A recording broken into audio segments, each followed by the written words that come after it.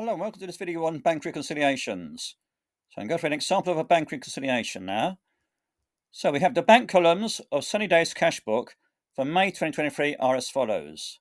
So we've got the receipts on the left side, which is basically our debit side, and our payments on the right side, which is our credit side. There's the payments there.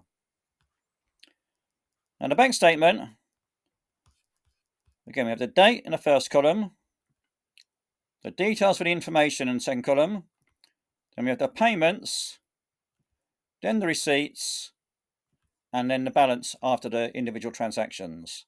So be careful here, the payments are to the left of receipts in the bank statement, whereas in the cash book, it's the other way around, the payments there are to the right of the receipts. So you'll be aware of that. So the balance here in the balance column, that's the balance at the beginning of the month, May. 1st of May says the balance was £500. Then a cheque was paid out on the 2nd of May for £100, which brings the balance down to £400. Now the CR on the right means there's money in the bank account. If the bank account was a bit overdrawn, you would have DR. Now let's see what we've got to do. It says write the cash book up to date at the 31st of May 2023. So I'm going to go back to my cash book at the top.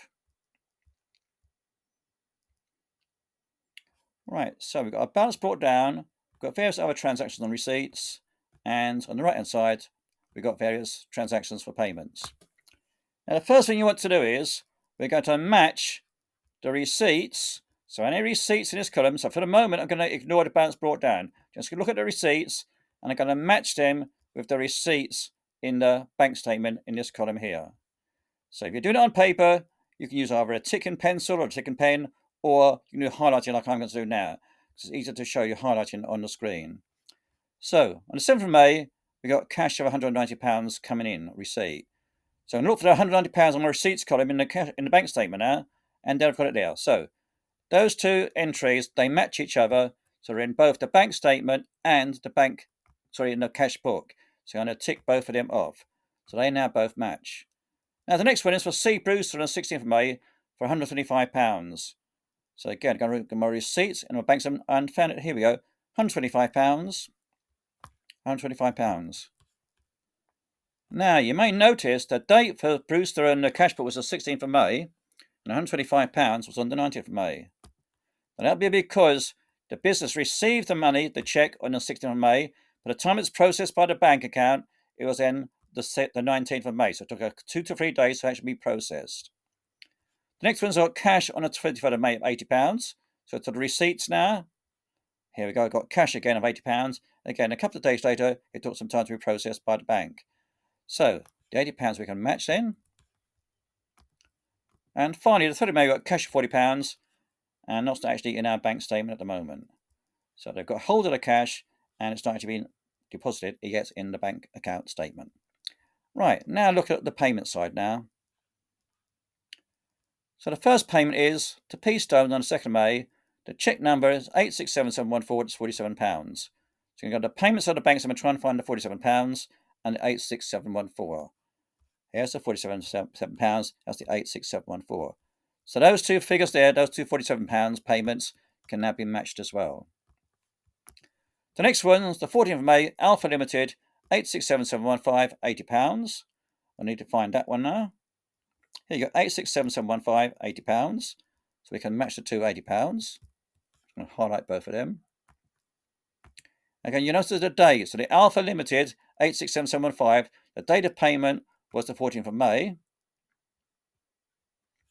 But in the bank, it was on the 20th of May. Because basically, they had to send the cheque to the supplier. The time the supplier processed in their bank account, it took a few days, so it's ended up on the 20th of May.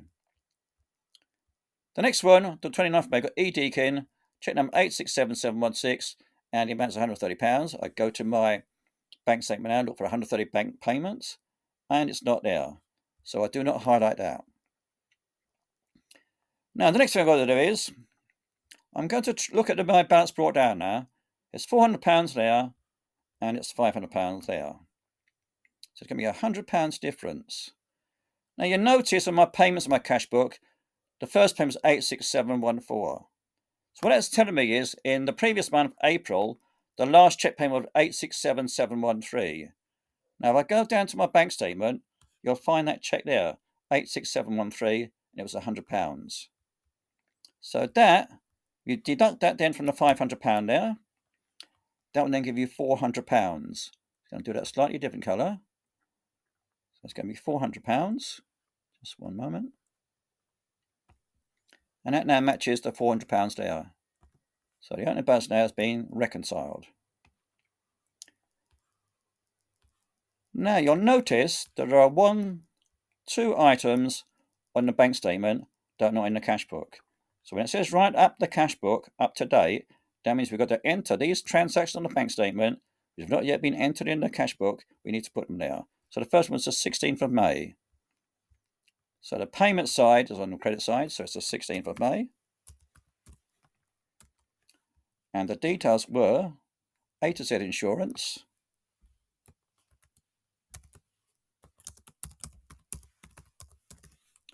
and that was a standard order, so I put SO.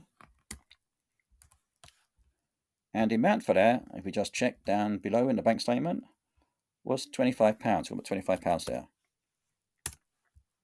So now that amount is in both my cash book and the bank statement. So let's highlight that in another colour.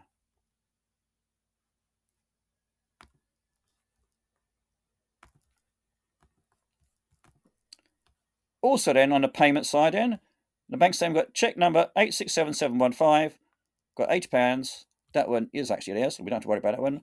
But the 31st of May, we got bank charges £15, which has not been in the cash book. So we have to put it in the cash book. So it's £15. It was bank charges.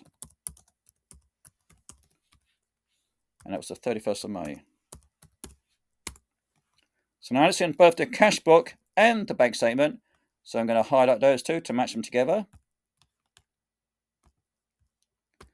So now every single entry in the bank statement has been recorded in the cash book. So that's the idea. Every single entry in the bank statement must be recorded in the cash book before we go on to do the bank reconciliation. So now we need to work out the balance carried down. So that's basically balancing the cash book. So we look to see which side is the biggest total. And the debit total there is going to be, if I just do it for us, it's going to be £835. And the credit total, I'm going to do it underneath my total box just to show you. That's going to be £297. So that's the smallest total. Now, so we need to get our balance carried down. It's going to be in the smallest total side.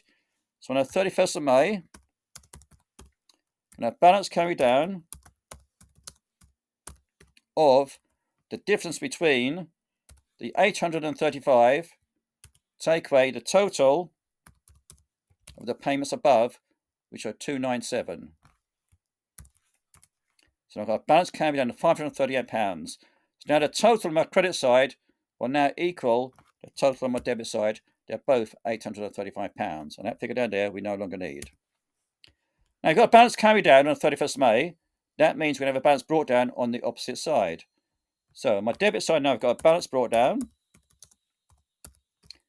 The amount is the same as the carried down balance of 538. And the date's the following day, so that's going to be the 1st of June. So let's just change the format for that. It's easier, we'll just copy that one and change it. So our balance brought down on the 1st of June is 538, which was the closing balance on the 31st of May. Now we need to reconcile our bank account and cash book together, because the balance carried down in the cash book is 538, whereas in the bank statement is £628. So prepare a bank reconciliation statement as of the 31st of May 2023. Now I've got a standard layout I've put down for us here. It's got sunny days, bank reconciliation as of the 31st of May 2023. So we start off with the balance for the cash book. So now this is the updated balance. So I go back to the cash book. And the updated balance was, on the 31st of May, it's at £538 there. Now we've got things called unpresented checks. Now they're checks in the cash book that have not yet been processed on a bank statement. And we've got one here, the 29th of May, E. Deacon, £130. So if I transfer that now down to my bank reconciliation,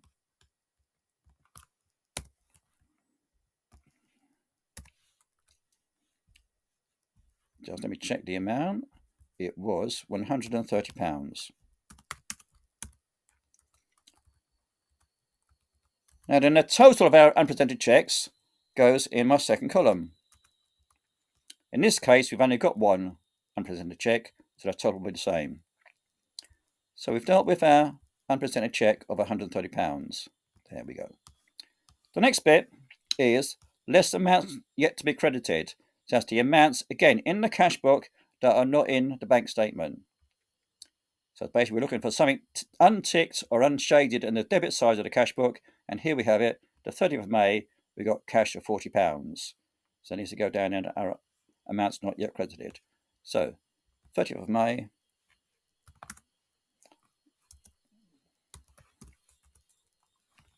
And it was cash. And the amount was £40. So again, there was only one item, so the total for amounts not yet credited is going to be £40. Well, let's go back up to the top now. So balance for cash book was 538. We add the unpresented cheques of 130. So they're going to give us £668. Now, we take about the amounts not yet credited in the bank statement, which is the £40. So we'll end up with £668. Take away the £40, giving us £628. So that balance now should agree with the balance per the bank statement. So we go back to the bank statement now, and for a balance of £628, and that's it there. So again, if we just highlight that, try and find a good colour. There we go, 628. That matches our figure in the bank reconciliation there. As long as they match, we know we've got the bank reconciliation correct. If they do not match, then the bank reconciliation will not be correct, and we have to review what we've actually done. So I hope you've enjoyed that bank reconciliation and you found it useful. Enjoy the rest of your day and take care then. Bye-bye.